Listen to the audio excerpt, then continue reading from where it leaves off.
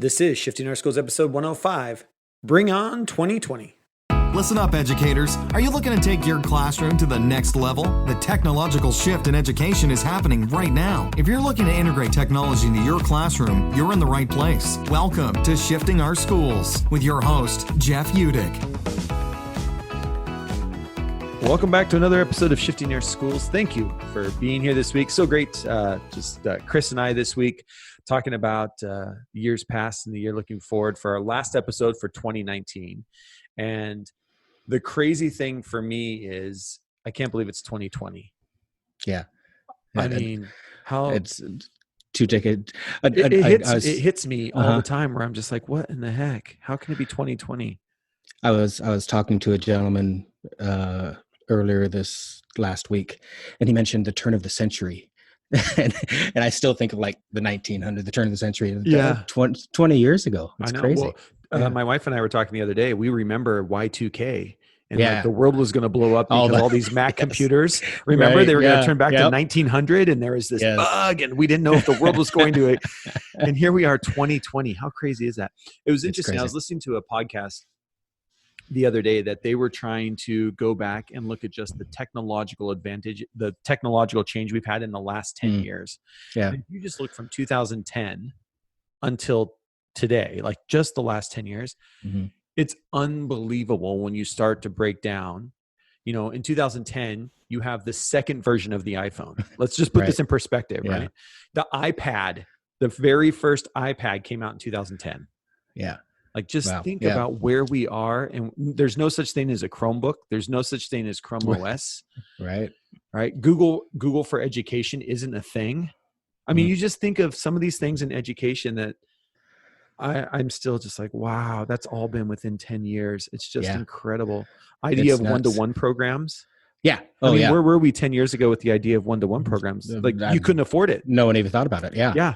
You couldn't afford it. It wasn't a thing. Yeah. No. Yeah. So, well, let's get this. I mean, we can go on and on about this. This is the problem, right? The last, so this will be our last episode for 2019. So it's going to be a very reflective episode. Chris and I decided we were just going to kind of let it go and be thinking, because we know, and this is what I've been up in working with a school district here in Washington State the last 3 weeks with Patrick Green, who was on a couple episodes ago. He's coming over and helping out with some consulting work. And, you know, one of the things I keep talking with teachers about is we constantly, every time we hold a training, we make sure that they have an opportunity to reflect. And that opportunity to reflect comes from, we know out of best practice, like we're always quoting best practice, but one of the things a learner can do, not the teacher, right? Teacher, number one, learning environment, number two, but as a learner, number one thing you can do is reflect. So we wanted to take some time here at the end of 2019 to just have a little reflection. And I think it'd be really good because, you know, you being a tech coach, this is your first year in Hood River. So you've literally been in your new job for 4 months. 4 months. Yeah. So I thought we'd just start with that and kind of, you know, how, as you kind of like big picture stuff as a tech coach. And again, maybe tell your story. You're one tech coach for, I forget how many elementary schools, middle school, and high schools. We've got 8 schools total, 1 high school, 2 middle schools, and the rest elementary schools. Yeah. And we're a countywide school district. So I'm kind of all over the place. Yeah. And your last day of school, Friday this week? Yes. Okay. Yeah. And then we get 2 weeks off. Yeah. So thoughts on your first 4 ups and downs for you. Yeah. Being new to a school district like that. And that's a good word. It's a roller coaster, you know, the excitement of a new gig. So I'll kind of backtrack and kind of lead people up through how this kind of happened. So my last school district, I was a tech coach up there. And I was in that position for 4 years, and the reality was that the contract stipulated that coaches were required to go back into the classroom for a year after 4 years. And then we could apply for a coach position after that again, I kept being told, you're going to be fine. We want you to keep coaching. We like what you do and that sort of thing. But when it came down to it, that didn't happen, which is kind of a bummer because we had some cool things lined up for the next school year. And I had a lot of teachers on board and all that. I'd build that reputation and all that. And I had actually, I don't know if you remember, I contacted you. Yeah. I remember. Hey, this is going on. And so I was like, well, I can always go back to the classroom. I'd be really great at it. And I think I'd have learned so much from doing the coaching thing. I would be able to do all the things that I always work with the teachers and do that in the classroom. Yeah. But I really like I feel like I have a bigger positive influence on more students because I'm affecting more teachers than I am in just my class. And I kind of dig that. So I wanted to throw my resume out there and see what I could find. And I kicked around the idea of just going into the consulting gig, into the gig economy, as you called it. And that kind of scared me, to be honest with you. I was like, I don't know if I'm quite ready for that. It's scary. I mean, I talk about it with, and you and I had a couple of email exchanges back and forth. It's not for everybody. Like there's no guarantees in the gig economy, right? And you got to be okay with that. And there's a lot of reasons. And to your point, you can affect the change of so many people as a tech coach. And I think there's a lot of tech coaches that I know who, much like you get this, you're like, okay, I could have a classroom and I can affect the lives of 32 kids, or I can affect the lives of thousands of kids. Right. And even as a consultant, I constantly am thinking of that every time I step on stage or every time I'm doing a training. Once in a while, it just hits me like, do you realize, like, for example, this year, it hit me one day where I was getting ready to do an opening keynote for a school district of 12,000 students. And I'm sitting there, and as I'm getting on stage, I'm saying to myself, all of a sudden, I'm like, okay, don't screw this up. There are 12,000 students' lives in your hand, that if you can get teachers to think differently or communicate differently or accept student culture differently, you're affecting the lives of a lot of, and then I got nervous about, I was like, I can't do that before I go on stage. Like all of a sudden I'm like, what am I doing here? Why should they listen to me? Oh, it's so bad. Yeah. But it is good, right? It's good to reflect on that and just be like, where do you want to be? And putting your hat back in the ring and saying you want to be a coach. So, So about March, I found out that the job was not going to happen for me again next year. So I said, okay, I'm going to throw my hat in the ring out there, see what I can find. So actually I interviewed at a few different places. I actually got a job offer in a town just outside of Denver. Cool. And I thought about it for a couple of days, and it just never felt right. Yeah. And I don't, I'm a big believer in the gut. Yeah. So called them back and said that I wasn't going to take that. So I had a couple other interviews and landed this gig in Hood River. And it was one of those interviews where you walk in and you just feel super comfortable and you're joking around and you just know that it's the right people. You're clicking with admin and teams. Exactly. That's great. So there was the excitement of starting the new gig, and that combined with the trepidation of not knowing exactly what it's all about and what the district's all about and trying to build those relationships. So truly has been a roller coaster. There's been some really great, and I'm going to be totally transparent here with everybody, all our listeners. There's been some really great days and some really bad days. But I think that's the reality of all work, right? Especially when we're in the education field, but trying to take on a new gig after I was comfortable in another one. But I feel like I'm making headway, and I feel like I just did this last week, we did a training for the new teachers that we hired on this year, which is really something cool that the district does. They give a series of, I think there's 6 of them throughout the year, where they bring them in and they teach them not just how the school system works, but also like techniques and that's cool. So there's some pedagogy along with like here's what it means to be an employee of Hood River. Right. Exactly. Yeah. So I took on the session that I did was kind of focused on a blended learning type thing, similar to what you do when you talk about blended learning. But then I used Flipgrid as the reflection piece at the end of it. Yeah, and great. They were stoked. It was super cool. They were like, "This is the best training that we've had." Oh, cool. So things like that. Good feeling. They feel really good. Yeah.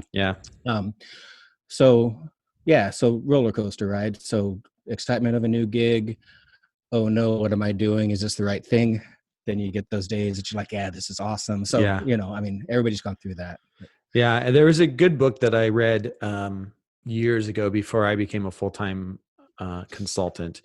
And it's not that, and I'll have to look it up. Let me look it up real quick. It's Seth Godin, and I think it's called The Dip. Do you ever listen to Seth Godin? I haven't. So Seth Godin, Godin, he's got a great blog. but it was a little book that he wrote called The Dip. And he does like marketing stuff. Okay. Let me know. Yeah, it's called The Dip. It's a small book. Okay. But he talks about this, and it was about the time that as we're reflecting here, I just moved to Bangkok and had got this contract with ISB, International School of Bangkok, where I had quote unquote Google time. Mm-hmm. And so part of the reason why I moved from Shanghai to Bangkok, or we moved, my wife and I moved from Shanghai to ISB, Bangkok, International School of Bangkok, was because I had 20% time. And this 20% time was, I had a full-time contract, but I was able to use 20% of it to start my consulting stuff. Yeah, it's cool. When I wrote the book Reach, I used my 20% time for that. I started consulting at conferences, but it's a really good book. And in the book, it's called The Dip, because what you were talking about right now is you have to get through the dip. And where most people, you start to feel like, did I make the right choice? Is this really what I want to do? Is when you get hired and there's all this excitement, and then you have to, if you start a new job or as a consultant, you go out and then you got to get through the dip, know, and that's where I think being able to reflect on it and say, okay, where am I in the dip? And especially for, I think in education, the nice thing is we kind of get this reset opportunity at winter break to say, okay, I'm here for 4 months. Right. I've kind of gone through the dip. I just had this amazing experience with new teachers, and how am I feeling now? And so I'll just ask you, as you kind of think forward now, like you've got a week left, you got winter break. What's second semester looking like for you? Like what's your focus? Are you feeling more comfortable? Starting to feel more comfortable. I actually have been taking to heart a lot of the things that guests on the podcast have talked about, like some things that Tisha Richmond talked about. And we had her on episode 99, and she talked about finding her sparks. And so I'm going to really focus on that moving towards next year, kind of building that focus for the following year. I just wrote you could call it a newsletter, I guess, that I'm going to send out to the staff. And it has an article that I wrote about the work that we've done with the elementary specialists and the green screen things that the kiddos are doing in there. Cool. So I talked about that. I'm going to share that with the staff, because if you're not in the elementary schools, you don't know that that's happening. Yeah, so you don't know, right? That's a cool thing to share, right? I love that. And I'm going to add, so each month I'm going to do that monthly, and I'm going to have like a podcast of the month and an article of the month and a podcast or a tool, an app of the month. Cool. Yeah.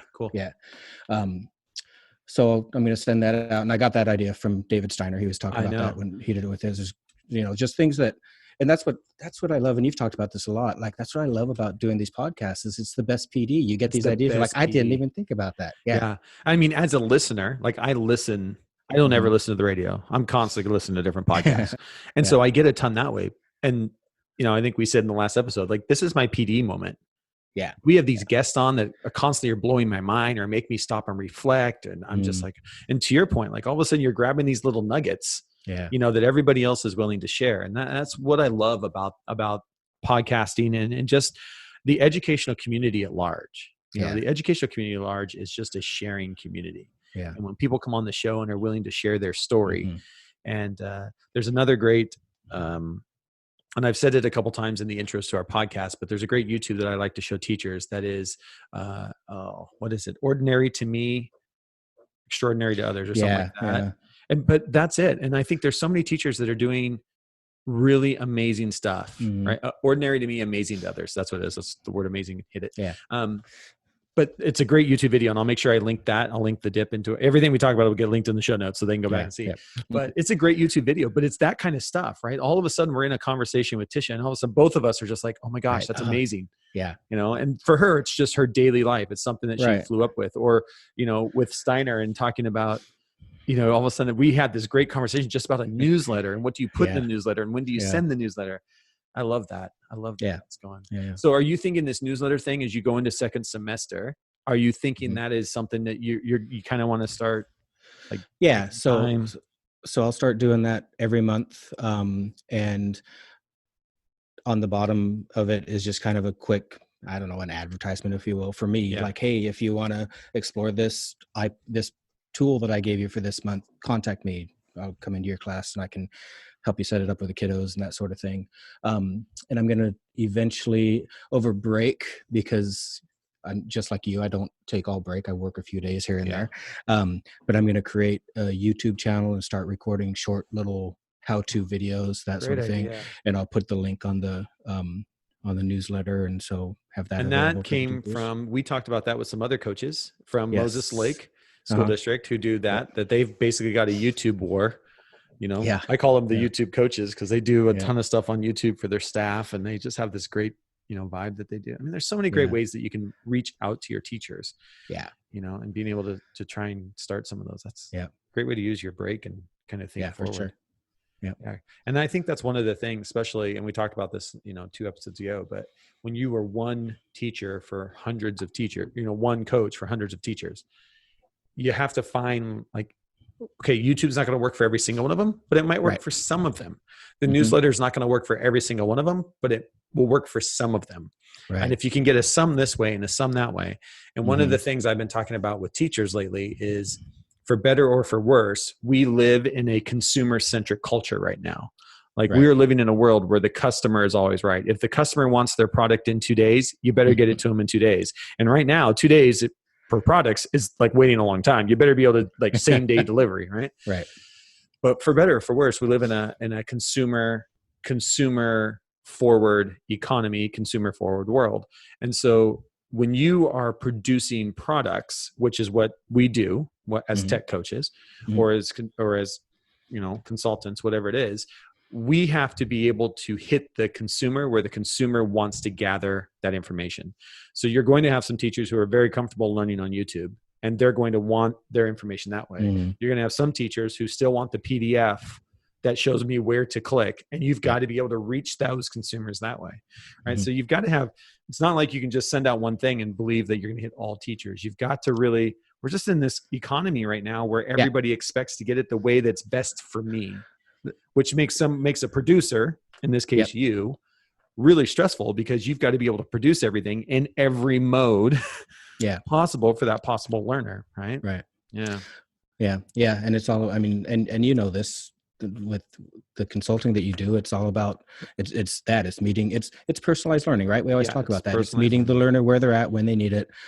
There's a little bit of marketing in there, right? You have to know how to market yourself and how to market your product, if you quote unquote your product, if you will. Correct. And so it's interesting right now. It's fun. Yeah. And I love that you're taking things from the podcast and using them, you know? It's such great PD, because we've all had those moments. Like I've started using the 3P. Excuse me, I'm going to sneeze. Wowzers. I started using the 3P protocol that you brought back up, that you said you learned from me. That I got from you, And I'm like, oh my gosh, I kind of remember doing it at one point. How could I forget about that? So I've started using that again. Like there's just things like that, you know, that's the cool thing that I think all of this comes out of. Well, that's awesome. I'm glad that you're starting to feel comfortable there. You're looking forward to any other things. So you're looking at starting YouTube videos. You've kind of sent out your first newsletter. I love that. I think you're a semester in. People kind of know who you are, so it's not going to be out of the blue when, like, who's this Chris Butler guy sending me emails, right? You know, you kind of starting to establish yourself. So that's cool. Yeah, I think so. And I think there's a lot of it too. The way that I'm set up is my office, if you will, co-working space with the other coaches, is in the district office. So a lot of times I'll get stuck in there working on the newsletter or creating videos, whatever. So I need to do a really good job of getting into the buildings and just kind of getting my face out there and quote unquote shaking hands and kissing babies. Right? Yeah, that's right. Part of the job. And I think I want to set up sort of a residency in buildings for, like, I'm going to be in this building for 3 days. I'll be here in the library, or, you know, in this room. You can find me. And if you have questions, or if you just want to stop and say hi, or if you want me to come into your class, and just kind of start setting those times up that way, so they know when I'm going to be in the buildings with them. And just be more visible out there. And I think that's a really good question for this week's podcast. In order to enter to win the Flipgrid stickers, you know, we know that there are a lot of coaches that listen to this podcast, and I'm just wondering how other coaches have done that exact same thing. because I've talked to a lot of coaches who have had a lot of success in different models. The idea of a residency model to say, okay, I'm going to be in this elementary school. You can guarantee that I'm going to be here for this week or 2 weeks or whatever it is. And then I'll be at the next school for 2 weeks as a way to try to just build relationships and be present at a school.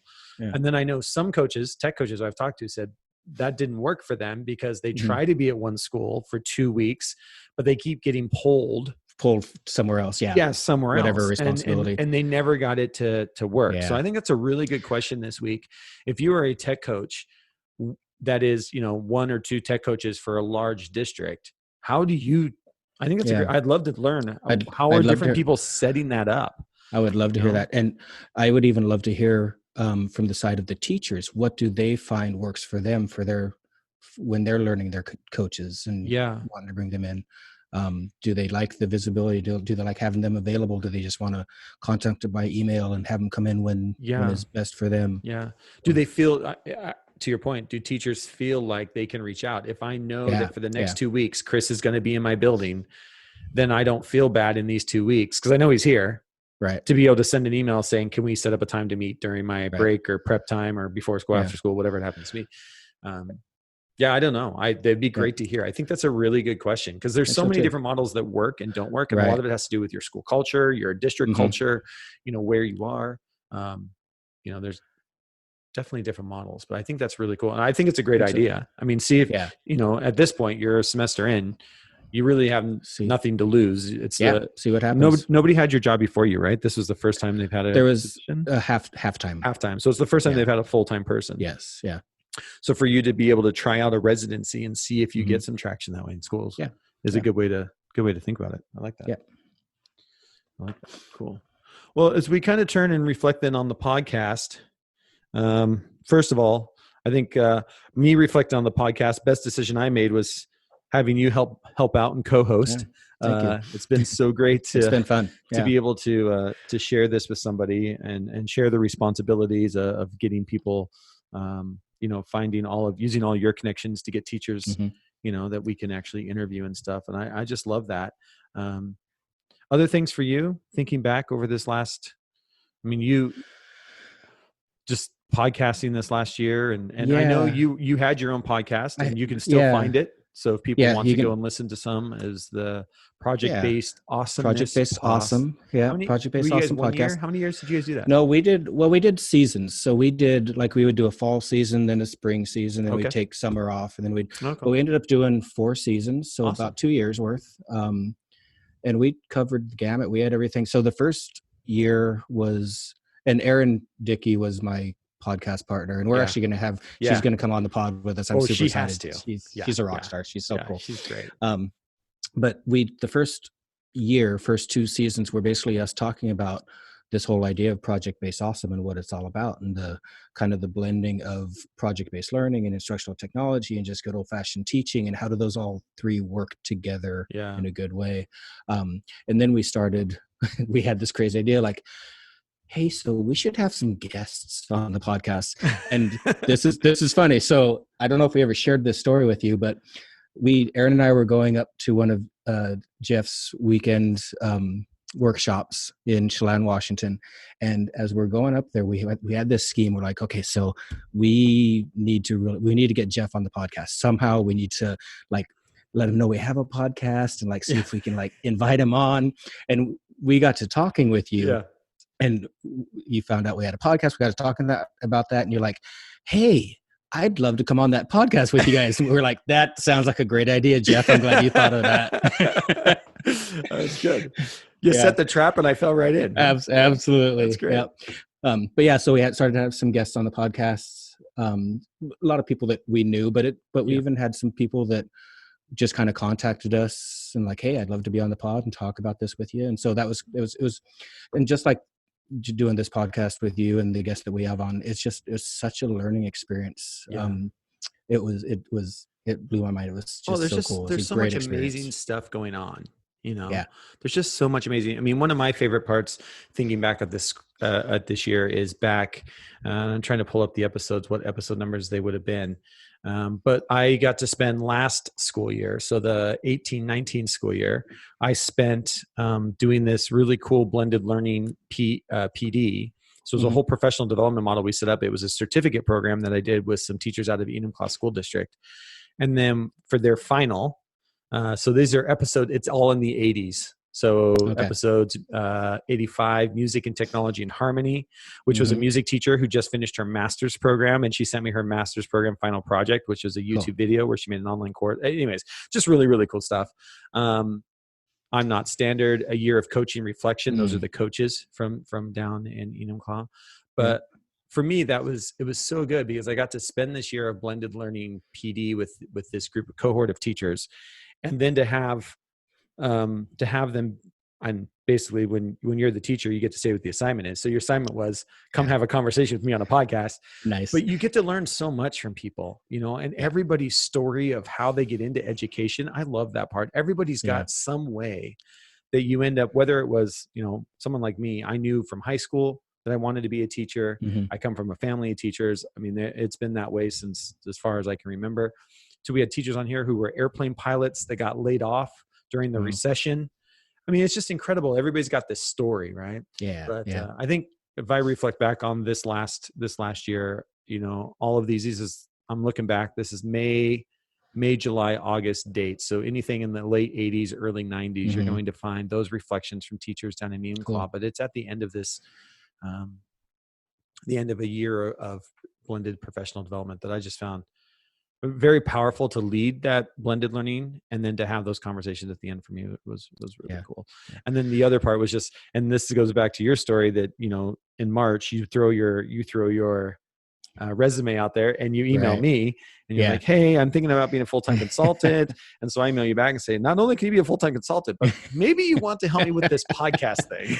And here we are, right? Like that part worked. So it's all good. You never know if you don't ask, and throw stuff out there. So cool. Let's talk a little bit about where we think this is going to go in the future. Okay. What do you think? Like we've got, your fantastic job. We've got people willing to come on the podcast, which is great. People can reach out to us if you want to, you can head over to sospodcast.org and shoot us an email there. There's a contact form you can fill out at the top if you'd like to come on to the podcast and share your story, or just have a chat with Chris or I, or maybe you hear something that Chris and I are struggling with, or, and you want to just say, hey, this is how it works for me. We would love to have you on. So you fill out that contact form over at our website. That's always a great way that you can, and we're happy to have anyone on. We can learn from anybody, anywhere on these podcasts. So I love that. I love that idea.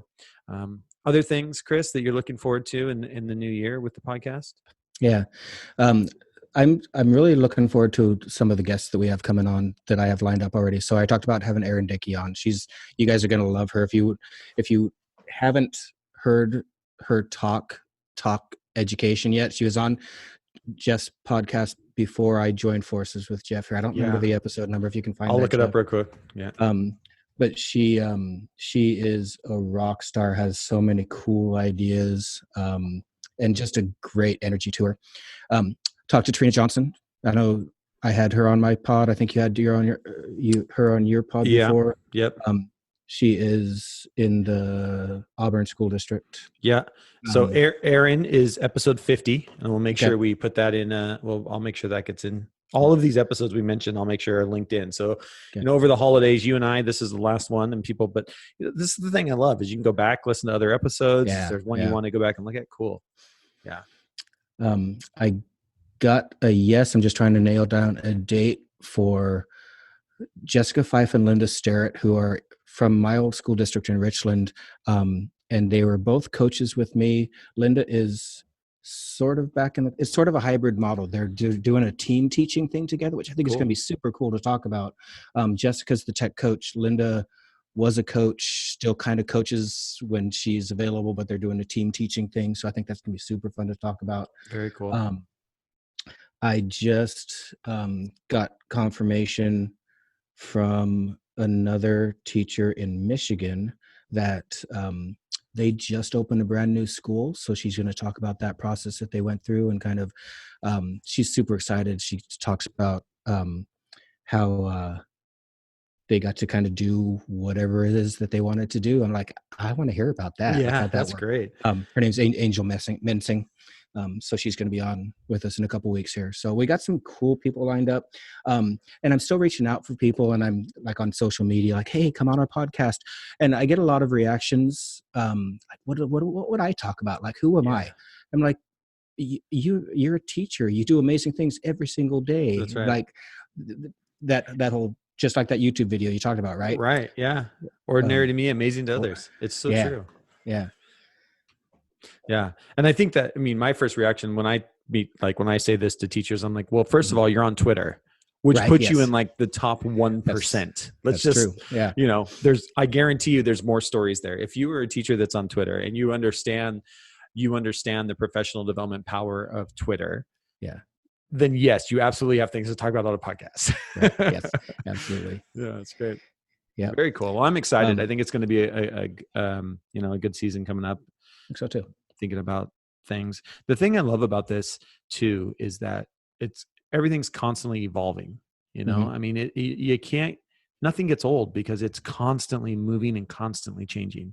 Yeah, and that's the thing I love about this. My wife she knows. You know, when the Google I/O conference or the Google I/O meeting is, and WWDC for Apple, when they release all their new products, it's like Jeff's Geek Out Day. Yeah. And she's like, why do you do? I'm like, because honey, these are companies that are telling me what the future is going to hold. Right. And we are in a position as educators, as every educator, our job is to know how do we prepare students for their future. So you have to understand what's coming. You have to understand what's happening in our economy.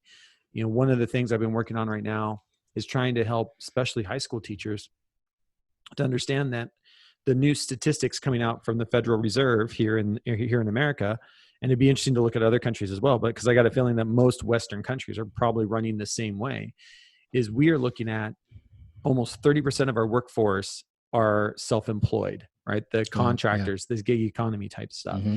And they are predicting by 2025, 50% of our workforce are self-employed contractors. Yeah. So how are we preparing the next generation to not be a worker, but be an owner? Yes. You know, how does that change the way we teach math and the way we entrepreneurship programs and internship programs in our schools? There's just so much there that I think, you know, we have to think about how do we prepare, and it's constantly changing, and that's what I love about education. That's what I love about my job is that for sure. I get to constantly be thinking about, okay, what's the future hold for these kiddos? Yeah. And how do I help support teachers in supporting kids for that future? So, yeah, it's great stuff. Speaking of which, you're doing some presenting at NCCE this year, yes? Yeah. So if you're in the Northwest, I will be back at NCCE. I think I have 6 presentations. Don't ask me the titles or what I'm doing at this point. That's 4 months and 3 months, whatever it is. And that's a long way from there. There's a lot of presentation here now. But yeah, I'm looking forward to being back to NCCE. Yeah. I think the most exciting one I'm looking forward to is last year at NCCE. There was kind of every time. So NCCE is the ISTE affiliated conference for the Northwest, for those of you that maybe aren't in the Northwest. But if you think of the ISTE conference, usually has a regional supporting conference, and NCCE is ours. And I don't even remember what NCC stands for. Our Northwest Council for Computers and Education. That's it. Council for Computers and Education. Yeah, NCCE. But last year, there was really a theme around digital citizenship that really came out through the conference. And I did a presentation last year that was called Rethinking Digital Citizenship, where I pitched my idea of creating a program in schools that takes kids from being private to public. Yeah. I had a couple schools that actually contacted me, and we've been able to start rolling out that program. So this year, I'll be back at the conference giving an update on what have we learned, what's happened, success stories, that we're having, and still looking for school districts. And I got a couple other school districts who have heard me a couple of weeks ago at another conference that are saying, yeah, we know kids need to be on LinkedIn when they graduate. Kids need to have a YouTube video when they graduate. And so how can we support and create a program that supports those kids in doing that? Right? Yeah. So yeah, I'm excited. Are you doing sessions at NCC? Just observing, listening, learning. Okay. I'm not leading anything this time. Oh, that's good. It's great PD. Yeah. And again, the networking, the networking possibilities and stuff. That's what I love the most. Yeah. Maybe we'll take the equipment there and we'll do a podcast live from NCCE. That'd be cool. I mean, might as well, right? Yeah. We'll have to put out a hashtag or something. We'll be live from NCCE. We'll be live on YouTube or something. Cool. I don't know. I always geek out with stuff like that. So that sounds good to me. Yeah. Love it. Well, thank you, Chris. It's been I'm so excited to have you as part of the podcast here at Shifting Our Schools and part of the family. And thank you for all the support in helping to get people lined up. Again, if you'd like to be a guest on our podcast, you can fill out the contact form at the top of the Shifting Our Schools website. That's sospodcast.org. And then once we get that, Chris will contact you and get you set up. Yeah. And we record all hours of the day and night. I have been known to get up at 4:30 in the morning to record because these people that live in Asia just, they need you up at 4:30 in the morning. You do what you have to do in this job. You do what you have to do. That's right. You do what you have to do. So, all right. But appreciate it. Thank you, Jeff. Happy holidays to you. Thank you. You too. Happy New Year. I probably won't talk to you before then. So 2020. How crazy 2020. Is that, right? I know. It's unbelievable to think that we're there already. So, but Happy New Year's to all you listeners out there as well. Have a safe holiday season. We'll see you back here at Shifting Our Schools in the new year. Have a good one. All right. Bye, guys. Thanks so much for listening to this episode of Shifting Our Schools with your host, Jeff Udick. For more great content and to stay up to date, visit sospodcast.org, facebook.com/Jeff Udick, and on Twitter @JUdick. If you enjoyed today's episode, please leave a review and subscribe, and we'll catch you next time on Shifting Our Schools.